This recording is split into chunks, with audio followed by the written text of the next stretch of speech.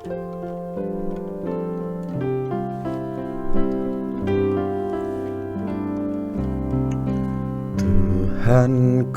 yang mulia, yang maha besar, Engkaulah gembala, aku dombanya. Selalu Dikau jaga dari bahaya, ke padang yang hijau aku Kau bawa.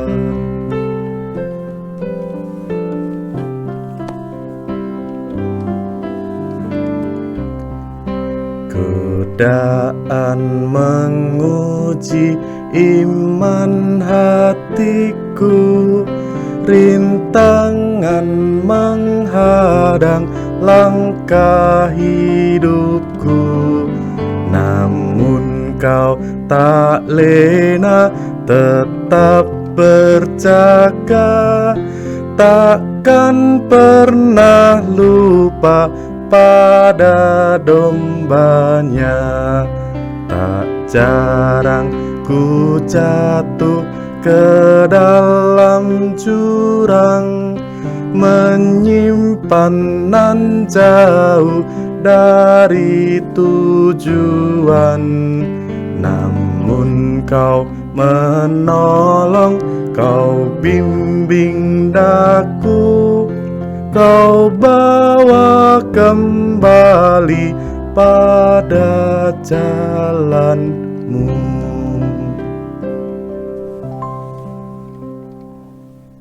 Hai, selamat malam Sobat Minusapa dimanapun Anda berada. Bagaimana nih kabarnya?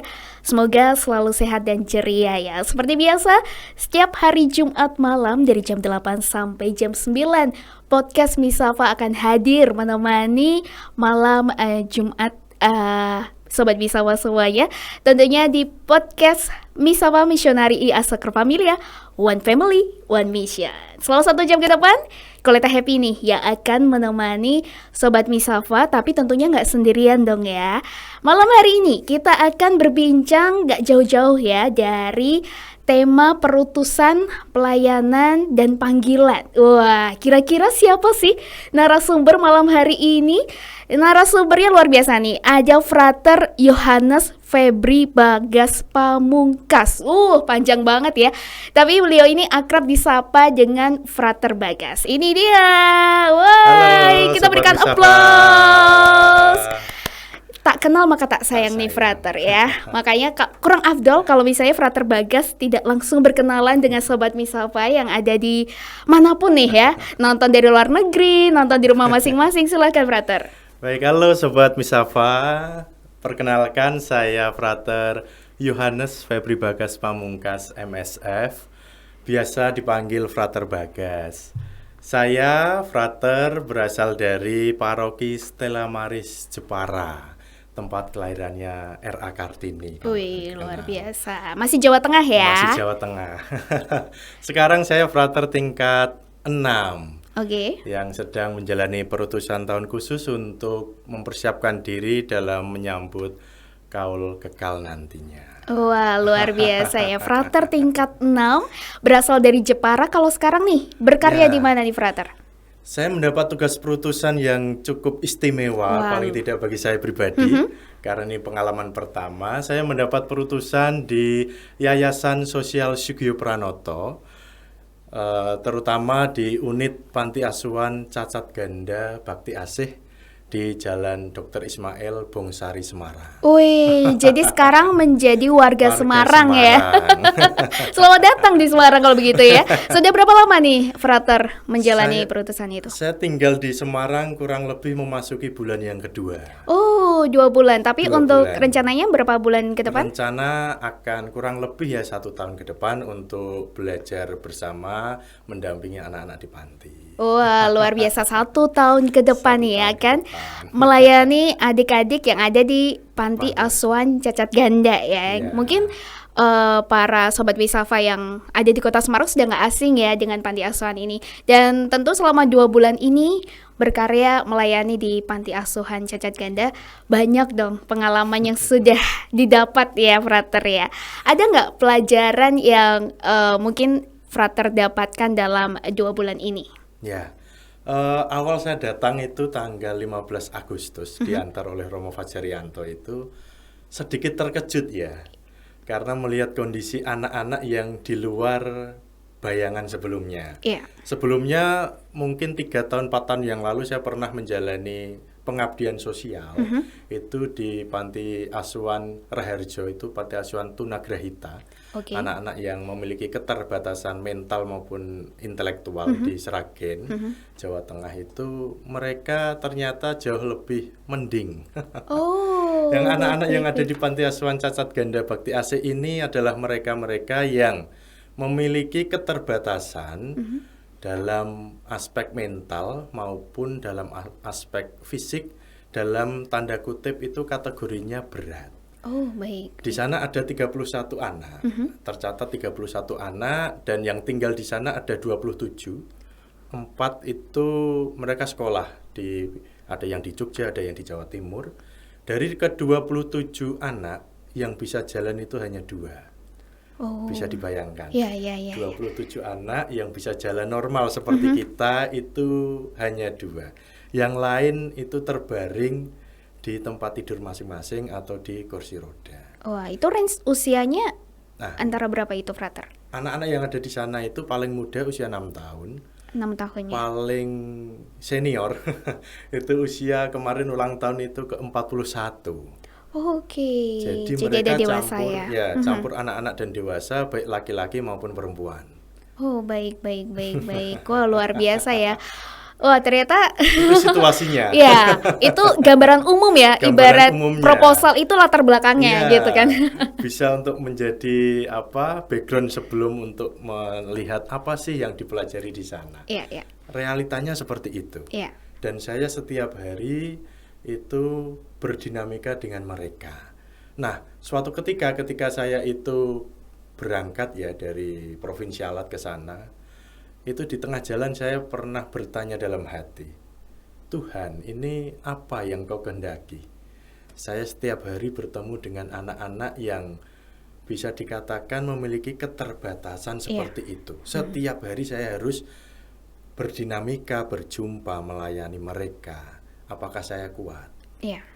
Nah, ternyata pertanyaan saya itu bisa terjawab sedikit demi sedikit. Ketika saya masuk, kalau kita semua, Anda semua datang ke Panti Asuhan Bakti Asih itu, akan disambut dengan tulisan yang cukup besar, dan itu moto mereka. Kira-kira motonya seperti ini. Bagikanlah kasih cinta dari Tuhan yang telah Anda terima, dan salurkanlah kepada anak-anak kami yang ada di sini. Wah, luar biasa ya. Itu satu kalimat yang menyentuh. Kalimat yang menyentuh, yang menggugah seseorang yang membacanya untuk menyadari, pertama-tama menyadari bahwa oh ternyata saya itu dikasihi oleh Allah, mendapat anugerah kehidupan yang sebenarnya itu bisa selalu untuk disyukuri. Iya. Nah, ketika berhadapan dengan mereka itu kan rasa syukur pertama-tama yang bisa ditangkap di depan mata itu adalah rasa syukur. Oh Tuhan, saya bersyukur karena saya lahir normal. Saya lahir memiliki intelektual yang bisa digunakan. Saya lahir dengan fisik yang lengkap. Bukan berarti membandingkan, tetapi mereka menjadi cerminan bagi saya paling tidak untuk menghidupi apa itu rasa syukur. Kalau ditanya hidup itu anugerah atau tidak, kalau berhadapan dengan mereka yang memiliki keterbatasan. Iya, betul. Menjadi suatu tamparan juga buat kita pribadi masing-masingnya. Kerasa kayak masih kurang bersyukur gitu ya atas semua anugerah ini gitu ya, Frater ya. Itu yang pertama kali kalau kita, atau paling enggak saya, itu datang ke Panti Asuhan Bakti Asih. Digugah untuk selalu bersyukur atas kondisi apapun yang diterima. Karena apakah ternyata meskipun mereka itu diantar oleh keluarganya ataupun yang mereka yang terlantar, itu masih ada orang-orang atau pribadi-pribadi yang digunakan oleh Allah untuk merawat mereka. Nah, ini kan wujud cinta kasih yang nyata di depan mata. Jadi untuk mengeluh, untuk mempertanyakan kehidupan itu kok berhadapan dengan mereka itu seakan kok kurang pantas ya. Bagaimana dengan mereka? Iya, betul. Apalagi mereka juga mungkin kita anak-anak muda nih terutama ya masih sering overthinking akan kehidupan gitu kan. Suka merasa insecure gitu kan. Nah, ini salah satu pembelajaran juga nih ya. Mungkin sekali lagi bukan untuk membanding-bandingkan ya, tapi seperti lagu ya, ojo dibanding-bandingke. Tapi inilah wujud kita untuk lebih bersyukur atas anugerah kehidupan gitu ya, Frater ya. Selain bersyukur nih, pelajaran apa lagi yang bisa diambil? Yang jelas juga di depan mata adalah soal kesabaran. Nah, ya, poin paling penting juga itu ya. Karena dari 27 anak yang bisa makan sendiri itu hanya 3. Yang bisa berjalan normal 2, yang bisa makan sendiri 3. Baik. Yang lain itu harus disuapi. Baik. Saya pernah menyuapi satu anak, itu menghabiskan waktu kurang lebih 30 menit untuk makan dan minum. Karena satu orang anak ada yang ketika disuapi itu semua makanannya itu tumpah ke kanan dan ke kiri. Padahal itu makanannya sudah di blender, sudah dihaluskan, sudah sesuai dengan kebutuhannya. Kebutuhan. Bahkan untuk menelan air minum saja pun itu mereka kesusahan. Itu butuh waktu 30 menit. Saya awal-awal datang itu.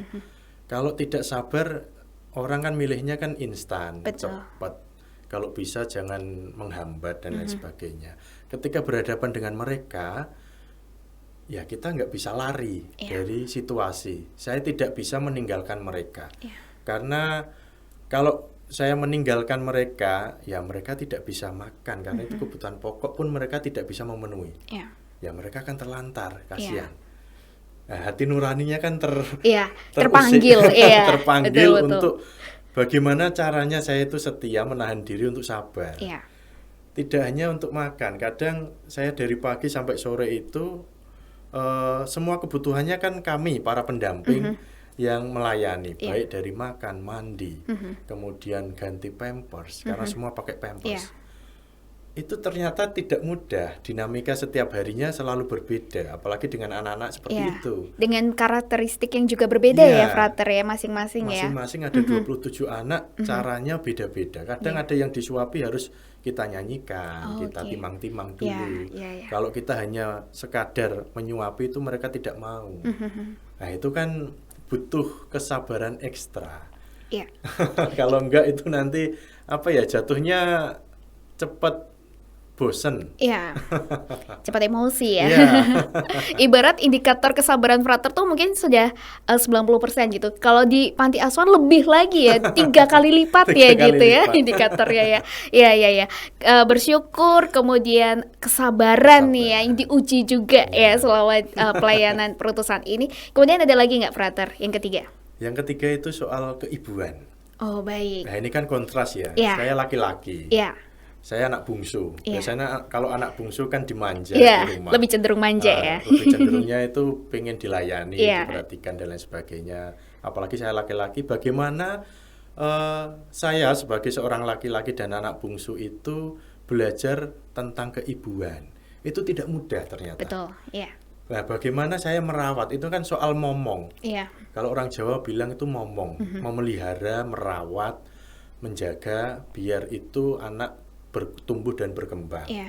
Nah, ketika saya di sana itu melihat para pendamping, itu saya belajar tidak hanya dari si anak, tetapi saya juga memperoleh nilai-nilai kehidupan itu dari para pendamping. Mereka dengan sabar, dengan telaten itu tahu berinisiatif. Karena mereka hampir semua tidak bisa ngomong, tidak bisa berbicara. Butuhnya apa, pengennya apa, kadang mereka hanya nangis, hanya marah. Jadi bentuk komunikasinya berbeda gitu ya, Frater ya. Kita harus pakai hati, pakai perasaan dan inisiatif. Ini anak butuh apa? Ini anak pengen apa? Atau ini anak tidak nyaman karena apa? Nah, itu kan yang dimiliki oleh seorang ibu. Iya, Sosok betul. ibu yang pernah melahirkan, yang pernah merawat anaknya, itu pasti tahu, oh ini anak kenapa. Iya. Sedangkan saya yang masih muda, tidak pernah ngomong, saya nggak Iya, punya adik. iya, betul, betul, betul, Itu betul. dihadapkan dengan situasi seperti itu ya belajar banyak hal. Mhm. Nah, ini yang membuat saya itu tertarik, oh ya ternyata kehidupan itu memberikan banyak insight untuk kita ketika kita mau belajar. Keibuan itu ternyata tidak mudah. Iya, betul. Menjadi seorang ibu. Iya, jadi berkaitan dengan yang poin kedua tadi ya, Iya. kesabaran, kemudian juga memunculkan nurani keibuan tadi. Iya. Memang susah-susah gampang ya, apalagi seorang pria yang harus sabar, telaten gitu ya. Kadang laki itu pengennya sat-set selesai Iya, gitu cepet. kan, atau mager gitu, udah yang Iya. cewek aja yang ngerjain gitu kan. Tapi ini benar-benar bisa melayani dengan tulus begitu kan, dengan hati, dan kebutuhan masing-masing ini berbeda ya. Yang Iya. uniknya di situ ya, Frater ya. Uniknya di situ dan dinamika setiap hari selalu berbeda. Kadang hari ini anak si A misalnya itu muda, Iya. besok itu belum tentu. Oke, ya, ya, ya. Nah, swing moodnya itu cepat berubah. Jadi kita sebagai pendamping itu kalau tidak sabar, tidak tulus, nanti kita pilih-pilih. Iya. Kita memilih hanya Si A. anak-anak yang gampang, yang Iya, nurut. iya. Sedangkan mereka-mereka yang tidak nurut, tidak gampang, ya sudahlah yang lain saja. Itu kan apa Jadi ya? pilih kasih Pilih ya, kasih. ya, ya, ya. Jadi nggak adil nih buat Ya. semuanya juga ya. Padahal kita di situ ada 27 27 anak dan harus semuanya rata ya. Rata dikasih kasih sayang, perhatian dan pendampingan. Luar biasa loh ya ini Frater dan juga teman-teman pendamping yang ada di Panti Asuhan Cacat Ganda ini luar biasa Ya, sekali sih. mereka luar biasa. Baru 2 bulan tapi Baru 2 bulan. sudah merasakan betul ya bagaimana Ya, perjuangan. perjuangannya. Iya, iya, iya. Menarik ya. Nah, mungkin buat Sobat Misafa nih yang pengen juga bertanya lebih lanjut ya, mumpung Frater masih ada waktu 10 bulan lagi ke depan ya. Pengen tanya-tanya seputar Panti Asuhan Cacat Ganda, mungkin siapa tahu pengen berkunjung gitu Ya. kan, atau pengen bantuin Frater untuk jadi pendamping. Nah, bisa coba komen ya, atau DM aja deh di Instagramnya @join_MSF ya. Betul nggak sih? Instagramnya lupa ya sampean ya. Ya, itu bisa DM, mungkin bisa mau tanya-tanya lebih lanjut soal pelayanan yang ada di Panti Asuhan Cacat Ganda Bakti Asih Asih. ya. Nah, siapa tahu tergerak juga hatinya untuk membantu adik-adik di sana, boleh banget ya, dan melihat Frater secara langsung ya melayani adik-adik di sana, boleh banget ya. Kita lanjut lagi nih, Frater. Ya. Tadi kan soal pelajaran ya yang diambil. Nah, sekarang pengalaman selama 2 bulan ini, sukanya Frater. Wah, pasti kalau dukanya mungkin dipendam ya. Sekarang sukanya dulu. Ya, pengalaman suka ketika berada di panti asuhan itu adalah ketika melihat anak-anak itu tersenyum. Oh ya, Itu- priceless ya Ya, rasanya. itu saya juga merasa bahagia. Mhm. Karena apa? Karena mereka untuk memenuhi kebutuhan dasar sudah tidak bisa. Semua hampir 24 jam itu dilayani. Dan ketika mereka merasa pelayanan dari kami, para pendamping itu menurut mereka itu memuaskan atau bagus, itu mereka happy, mereka senang, tersenyum, riang, gembira, itu kami juga merasa, oh ternyata usaha manusiawi yang saya lakukan itu membuahkan kebahagiaan bagi mereka. Berdampak ya. Ya. Ya, bagi mereka. Kedatanganku itu membuat orang lain itu merasa ada berkat dan sukacitanya. Ya. Itu senang. Iya. Dan ketika saya berrelasi dengan para pendamping, itu saya juga merasa senang karena apa? Mereka itu meneladankan dengan tindakan. Tidak hanya kata-kata ya. Memang beberapa ada yang sharing langsung. Ya. Mhm. Karena di sana kan yang para pegawainya itu tidak semuanya Katolik. Hampir separuh itu Muslim dan Kristen. Oh, baik. Nah, tapi di sana saya melihat toleransi itu sangat tinggi dijunjung. Kita doa pagi, doa siang bareng terus, doa makan juga bareng bersama. Dan dari mereka apa yang dilakukan itu sungguh terlihat dari hati.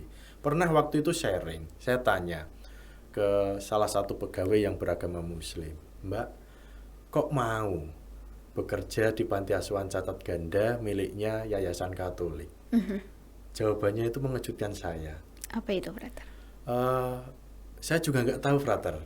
Awalnya saya kerja di garmen, saya kemudian izin suami karena ibu saya dulu kerja di sini. Saya pengen Oh, melamar. baik. Suami saya tidak memperbolehkan, bukan karena yayasan Katolik, tapi pengennya memang saya ibu rumah tangga. Iya. Saya minta izin tidak boleh, saya datang ke kepala unit untuk bilang saya tidak diperbolehkan. Tetapi ketika sampai kantor, ibu itu, pendamping itu malah ngomong, jadi ya kerja di sini. Oh iya jadi. Oh, jadi berubah Ya, pikiran langsung ketika ya. saya tanya kenapa, dia hanya menjawab, mungkin saya dipilih Tuhan untuk menjalani karya di sini. Luar Untuk biasa. mendampingi anak-anak. Itu kan luar biasa. Iya. Bisa menangkap, mengamini kalau itu panggilan dari Iya, Tuhan. iya. Dan dari beberapa dari mereka mengatakan, Frater, tidak semua orang itu mau bekerja di tempat ini. Karena sempat ada cerita baru bertahan 2 hari, 3 hari pilih keluar. Karena kan di sana ya bau itu pasti. Iya. Capek karena dari 27 anak yang bisa jalan cuma 2, Iya. otomatis kami dari pagi sampai malam otong-otong Iya. mengangkat mereka, memindahkan dari tempat tidur ke bawah, dari bawah ke kursi roda, dan melayani mereka setiap saat itu ternyata melelahkan melelahkan, fisik dan iya. mental. Mental, betul. Tidak semua mau. Iya. Maunya kan pekerjaan-pekerjaan yang prestis lah, Iya. yang bergengsi, yang Iya. punya nama, yang Dan jam kerja Ya, begitu kan, jam kerja Frater? mereka jam kerja dari jam 7 sampai jam 2 siang. Nanti shift lagi jam 2 siang sampai jam 9 malam, disambung jam 9 malam sampai paginya. Oh, luar Jadi biasa. 24 jam Iya. 3 shift berurutan. Nah, Wow. ketika berrelasi dengan para pendamping itu kan memperkaya refleksi ya. Iya. Artinya memperkaya sudut pandang, refleksi bahwa ternyata panggilan Tuhan itu ya nyata, Iya. bisa dirasakan dan Iya. contohnya banyak. Tidak hanya para imam, suster, bruder ya. Iya, Ternyata betul-betul. mereka-mereka yang di luar pun Juga terpanggil. mengamini Iya. ada panggilan masing-masing dan itu panggilannya membawa berkat. Iya, betul. Betul. Jadi memang dari sharing antar pendamping ini Ya. juga membukakan pikiran ya, ternyata panggilan itu luas begitu ya, dan memang ada bidang-bidang yang membutuhkan nih orang-orang seperti para pendamping Ya. ini gitu kan. Kalau tanpa mereka ya panti asuhan ini tidak akan berjalan semestinya Nggak akan. begitu ya. Anak-anak pasti terlantar. Iya. Dan bagi mereka kan tidak hanya bekerja untuk mendapatkan penghasilan dan lain Iya. sebagainya, tetapi pertama-tama mereka sungguh mengamini bahwa ini adalah panggilan. Yes. Ketergerakan hati karena melihat anak-anak itu ya terlantar seperti itu, Iya. siapa yang mau memperhatikan? Iya. Rasa peduli itu ya. Iya, Memang kepedulian, ketulusan itu yang menjadi nilai yang saya senangnya itu menangkap dari mereka langsung Iya. dengan tidak hanya perkataan tetapi tindakan mereka yang mencerminkan. kalau boleh tahu ada berapa pendamping nih? Pendamping untuk anak-anak itu 18. 18. 18 di shift, dibagi shift 3. Baik. Ya. Jadi cukup banyak ya untuk banyak. bisa mendampingi 27 anak Ya. tadi ya, Frater ya. Nah, sukanya adalah melihat anak-anak ini tersenyum Ya. dan juga sharing nih ya, bercerita antar pendamping gitu. Jadi Ya. bisa mendapatkan banyak pengalaman hidup, banyak pengalaman tentang panggilan Ya. tadi. Kemudian nah, sekarang nih kalau dukanya Frater ya, selain tadi harus menahan emosi begitu kan, harus sabar gitu kan, Duh Gusti gitu. Apa aku kuat menghadapi ini semua gitu kan? Apa nih kira-kira, Frater? Dukanya yang sempat saya rasakan karena baru 2 bulan kan, itu mungkin 2 minggu yang lalu anak-anak hampir semua itu sakit diare. Wah, itu penyebabnya maksudnya Penyebabnya karena salah cuaca. makan. Oh, Enggak, cuaca karena ya, cuaca. pengaruh Perubahan sekali sih. cuaca di Semarang kan Iya. dari panas, nanti Iya. malam kan dingin. Itu mereka tidak tahan. Hampir semua 27 anak itu kena diare. Mungkin 4 jam sekali itu ganti popok bisa 2 kali. Wow. Luar Dan biasa. melihat mereka yang awalnya riang, Iya. ketika saya datang disambut dengan teriakan-teriakan khasnya mereka, Tangisannya mereka. ya itu tiba-tiba panti itu sepi. Kadang ramai hanya dengan tangisan, Iya. karena mereka kan nggak nyaman. Iya. Dan Karena merasakannya sakit Ya, gitu sakit ya. karena diare kan. Itu membuat saya dan para pendamping yang lain itu sedih, Iya. tidak tega dan melihat mereka yang awalnya riang menjadi murung, ekspresi mereka makan Iya. juga Nggak doyan. nggak mau, Iya. kemudian disapa juga lesu. Iya. Itu menggugah perasaan bahwa wah, mereka itu sakit. Ketika mereka sakit ya kami merasakan, Iya. mencoba untuk ikut merasakan. Dan itu menyedihkan sebenarnya. Iya. Karena perbedaan yang kentara ya dari mereka yang begitu riang, sekarang letih lemah lesu. Iya. Itu membuat kami sedih sebenarnya. Kemudian sedih yang lain itu ketika pelayanan kami itu apa ya, ibaratnya kok seakan stagnan. Oh, baik. Ya, ya. Tidak ada progres Ya, begitu ya. karena melihat anak-anak itu kan kita terapi itu setiap hari. Terapi. Dan perawatan pemulihan itu setiap saat. Ya. Ada fisioterapi yang datang. Tetapi itu progresnya hanya pelan dan kadang turun tajam. Dan ketika melihat progres yang turun tajam itu, yang awalnya anak bisa berdiri jadi tidak bisa, itu kan sedih ya. Iya, Kita ikut kan, hancur ya, hatinya ya. kita yang ibaratnya sudah ya. memupuk semangat itu tahu-tahu, aduh, ini Ikut kok ngedrop juga gitu kok ya. anak malah malah tidak berkembang tapi malah ngedrop. Iya, Tapi kan itu usaha manusiawi kita. Iya. Nah, itu yang membuat saya kadang melihat itu tidak tega karena hanya terkapar di kasurnya. Iya. Sedangkan yang lain bisa keluar ke pendopo luar untuk sekadar jalan pakai lutut atau cuma berbaring di luar, itu bisa untuk berjemur dan lain sebagainya. Tapi itu anak hanya di dalam kamar dan itu kan nggak tega ya. Iya. melihat itu. Ya, ya, ya, ya. Jadi memang ada rasa sedih tersendiri ya Iya. saat melihat adik-adik ini memang tidak mengalami progres atau Iya. mungkin malah justru progresnya turun begitu ya, Frater. Ya pasti kita yang biasanya nyemangatin gitu jadi ikut lesu juga ya begitu melihat wah kok ternyata malah justru menurun begitu ya. Nah, kalau boleh tahu nih Frater, menghadapi adik-adik ini kan tentu juga menguras tenaga dan Iya. tadi mental juga, pikiran segala macam ya. Nah, kemudian apa sih yang Frater lakukan untuk mengembalikan seorang Frater Bragas ini untuk mau lagi melayani keesokan hari ya? Misalnya sehari ini kan pasti capek nih, lelah banget gitu Iya. kan, fisik maupun mental pikirannya. Nah, apa sih yang Frater lakukan untuk bisa mengolah semua lelah itu dan kembali bersemangat melayani adik-adik ini? Ya, awalnya itu kan juga menjadi pergulatan ya. Iya. Artinya setiap hari melihat keterbatasan tadi, Iya. kemudian kerja dari pagi sampai sore, kadang kalau tinggal di sana sampai larut malam, sampai pagi lagi. Iya. Capek fisik tentu, capek mental ya sering kali karena berdampingan dengan mereka yang moodnya berbeda itu kan membuat kita lelah ya. Iya. Tetapi ada semangat yang membuat saya itu kembali berkobar karena di dalam Injil Matius Tuhan Yesus pernah mengatakan jika engkau melakukan segala sesuatu untuk hambaku yang paling hina ini, itu engkau lakukan untuk aku. Saya memang hanya bisa melakukan hal-hal sederhana. Saya hanya bisa menyuapi, menggantikan popok.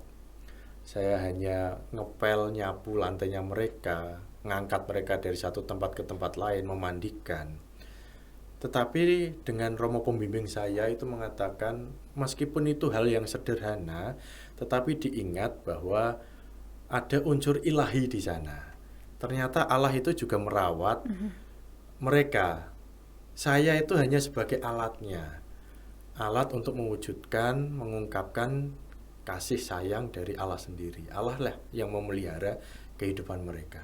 Kalau alatnya tidak mau, kalau alatnya itu rusak, Iya. ya Kasihnya mereka nggak kan nyampe kayak gitu nggak ya. tersampaikan. Iya. Itu yang membuat saya kadang setiap hari membangun niat kembali untuk terus senang melayani mereka. Meskipun capek fisik iya. Iya. Lelah itu iya, Iya. ngantuk itu ya. Biasanya di Jogja selama masa studi itu ada siesta atau tidur siang. Nah, sekarang kan full maraton. Iya, iya, iya, iya. Full maraton itu lelah, tetapi kan dari sana ternyata ada nilai kehidupan lain yang Iya. diperjuangkan, yang dicoba untuk menjadi milik saya Iya. untuk belajar memperdalam nilai itu, dan itu menggugah sesuatu yang sederhana sedikit pun, sekecil apapun, sedikit apapun, kalau itu tulus, ya itu untuk Allah sendiri. Nah, itu kan bagi saya sabda yang menyentuh ya. Yes, yes, yes. Nah, itu juga nih buat Sobat Misafa juga mungkin yang ada yang ngalamin kegalauan ya dalam hidupnya, dalam hari-harinya kayak sudah merasa lelah, Lelah. fisik, pikiran, mental semuanya. Ya, ingat tadi ya, Injil Matius Bab 24. 24 Ya, ya, itu semoga semakin menguatkan perjuangan Sobat Misafa semuanya, apapun yang lagi ditekunin ya sekarang ya, lagi dilakukan, mungkin adalah ya di tengah-tengah jalan tuh lagi terjal capek-capeknya gitu ya, kalau lelah-lelahnya gitu kan. Nah, semoga semakin menguatkan juga tadi ya inspirasi dari Frater Bagas untuk kembali semangat dan membagikan lagi kasih Allah, melayani lagi teman-teman yang ada di panti asuhan Cacat Ganda Bakti Asih ini. Luar biasa sekali. Nah, tadi sempat nyinggung sedikit nih soal studinya. Nah, saya penasaran sih sebenarnya ya, karena Frater Bagas ini sudah menjalani masa top Sudah. di tahun Saya masa top di tahun 2020. 20 Ya. di Saya di paroki Santa Maria Pengantara Segala Rahmat Sungai Liat Bangka. wow, luar biasa jauh ya di Jauh dari luar sana. pulau ya. Dan kemudian sekarang akhirnya di Semarang Di nih. Nah, Semarang. selama seusai menjalani masa top ini, kemudian studi dulu ya, Frater ya. Saya melanjutkan studi dari top studi untuk bakalaureat dan studi ad audendas pengakuan dosa itu. Selesai dari sana, saya mendapat tugas perutusan di tempat ini. Oh, baik. Jadi melanjutkan studi dulu di Jogja, Iya. setelah itu baru deh Baru ke Semarang ke ya. Semarang. Wow, selamat menikmati kota yang cukup gerah ya. Panas. Cukup panas ini ya, mumpung sekarang lagi musim penghujan, dinikmatin Iya. Frater ya. Dan sekarang nih berbicara seputar hidup panggilannya Frater Bagas Ya. sendiri. Sebenarnya apa sih yang menjadi motivasi Frater kemudian menekuni panggilan untuk menjadi menuju seorang imam ini? Ya, dari awal memang tidak berubah. Sejak saya kecil saya pernah mengatakan dalam hati bahwa memang panggilan itu tidak banyak orang yang mau. Ya. Dan umat itu butuh. Iya. Karena saya mengalami sendiri ketika di Jepara. Dari sana saya mengatakan kalau yang lain tidak mau, ya saya menyediakan diri sejauh saya mampu, sejauh saya bisa untuk menanggapi panggilan.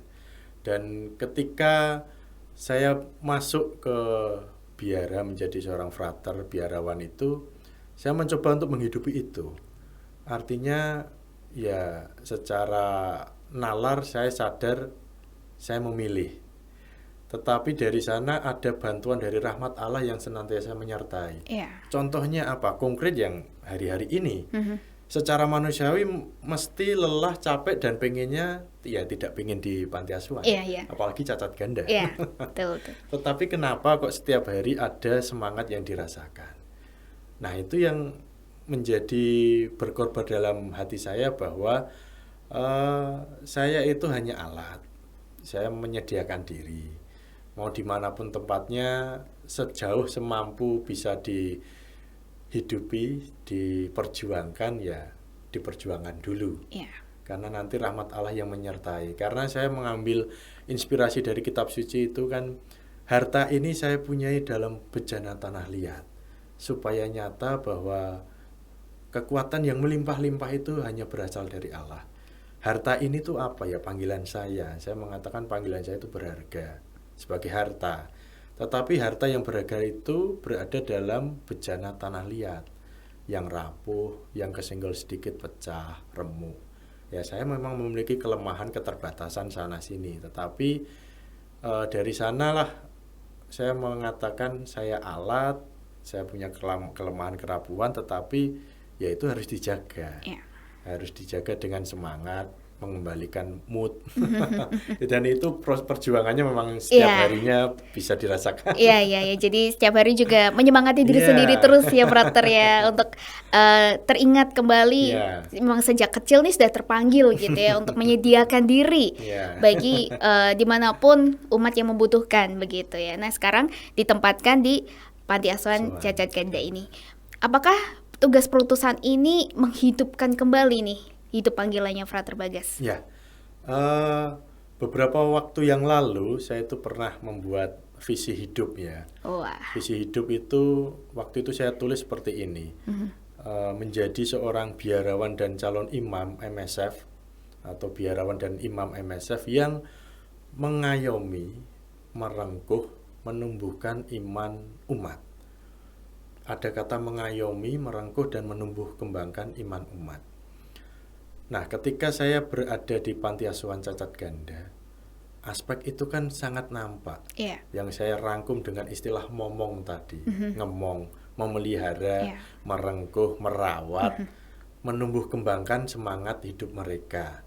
Nah, itu setiap hari saya tekuni. Saya mendapat anugerah tempat yang itu mengingatkan saya pada visi hidup yang pernah saya buat. Artinya itu kan ya memang jalannya Tuhan seperti ini, meskipun itu membutuhkan perjuangan. Makanya segala sesuatunya itu perlu untuk dilihat secara jauh, bahwa panggilan dengan diri itu selalu menemukan ada unsur ilahi yang selalu membantu. Makanya panggilan saya hayati sekarang ini ya memang ada benang merah yang bisa saya tangkap dari visi hidup, kemudian kok ditempatkan di panti yang setiap hari menggeluti itu. Mudah-mudahan doa saya ya, mudah-mudahan apa yang sudah saya buat dulu itu bisa tercapai. Amin. Artinya dengan menghidupi, menggeluti setiap hari itu tidak lagi secara intelektual tahu, tetapi ya sudah menjadi gaya hidup. Itu kan doa saya. Amin, amin, amin, amin. Dan memang akhirnya sekarang ini apa yang Frater sedang jalani, apa yang Frater tekuni itu menghidupkan kembali visinya, jadi teringat lagi gitu ya. Oh, ternyata visi yang sudah saya pernah tulis ini ya sekarang saya jalani nih ya. Sedang menuju OTW untuk menguatkan diri juga ya dalam tadi ya momong tadi ya. Ya, luar biasa loh sekali. Dan memang hidup panggilan ini kan butuh proses ya untuk menuju ke seorang imam. Nah, ingin jadi imam yang seperti apa sih Frater Bagas ini kelak nantinya? Ya, ini kan harapan jauh ya. Artinya yang saya pernah sampaikan juga kepada Romo Pembimbing itu adalah selain menjadi imam yang momong atau imam yang merengkuh, imam yang memelihara, menumbuh kembangkan itu, ada harapan dalam hati kecil saya itu ketika menjadi Romo itu Romo yang rendah hati. Dan di sana saya belajar dari anak-anak.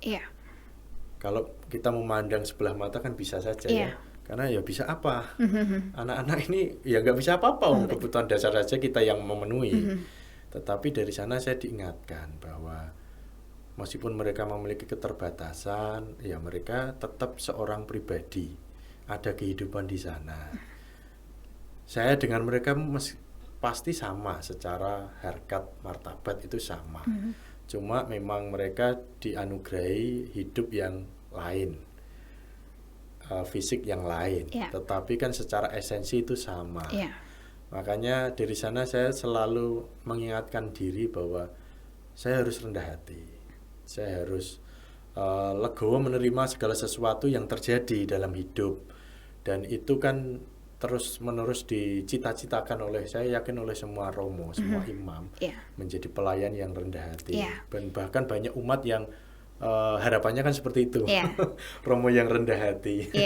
Karena di zaman sekarang ini banyak tantangan ya pasti Frater untuk menjadi, nggak usah seorang romo, sosok yang rendah hati itu banyak sekali tantangannya ya Frater ya. Karena prestis, harga diri, jabatan, kuasa itu kan saat ini anak-anak milenial itu kan yang menjadi fokus mereka.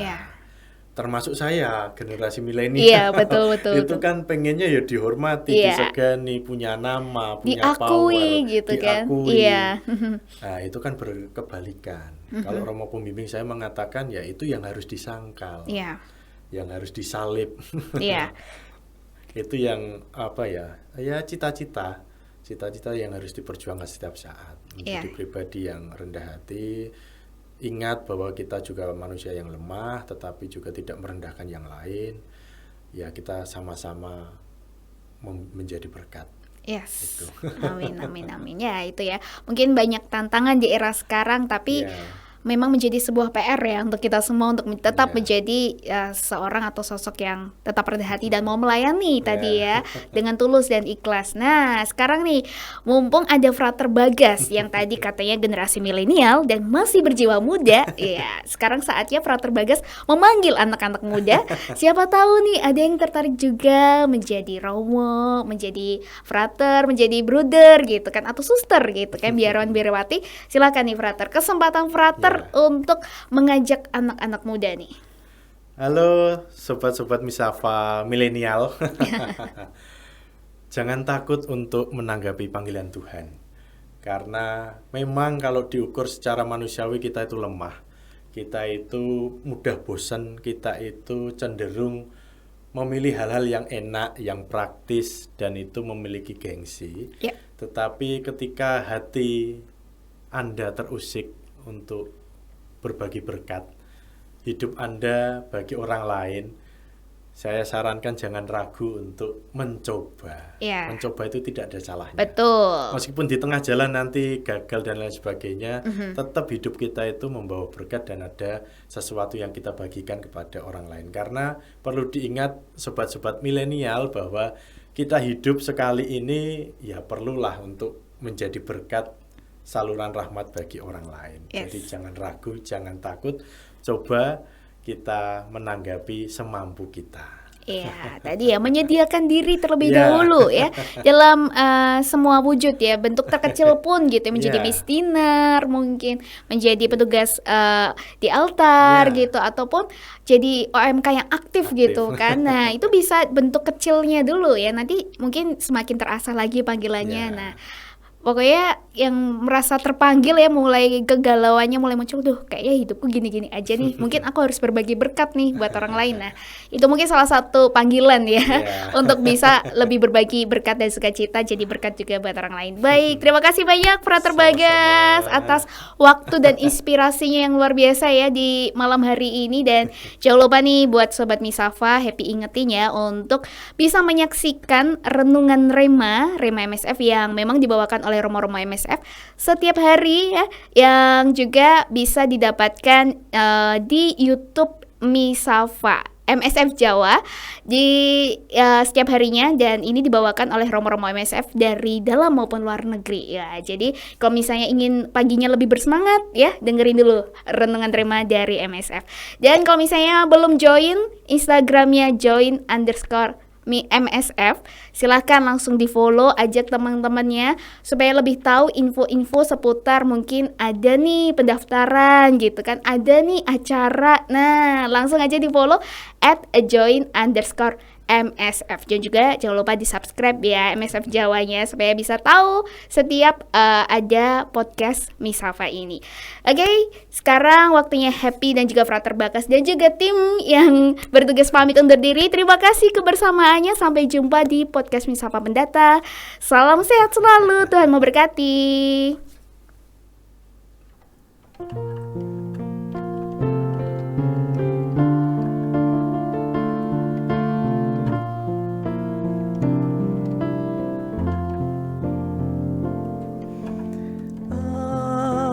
Ambillah ya Tuhan kebebasanku,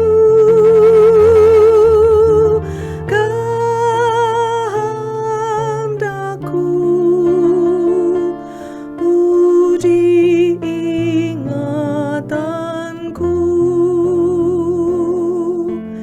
pimpinlah diriku dan Kau kuasai,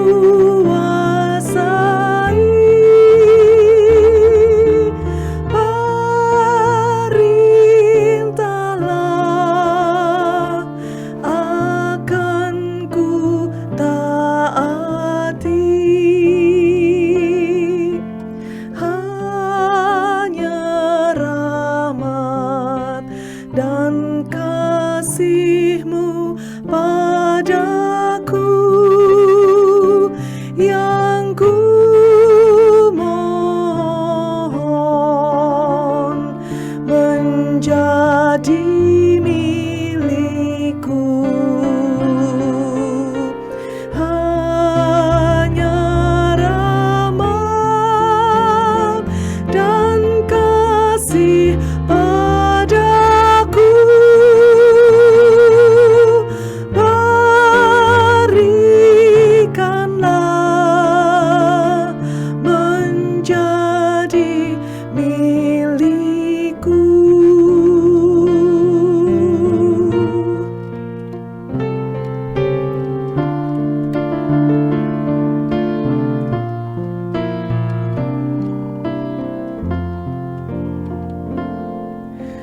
lihatlah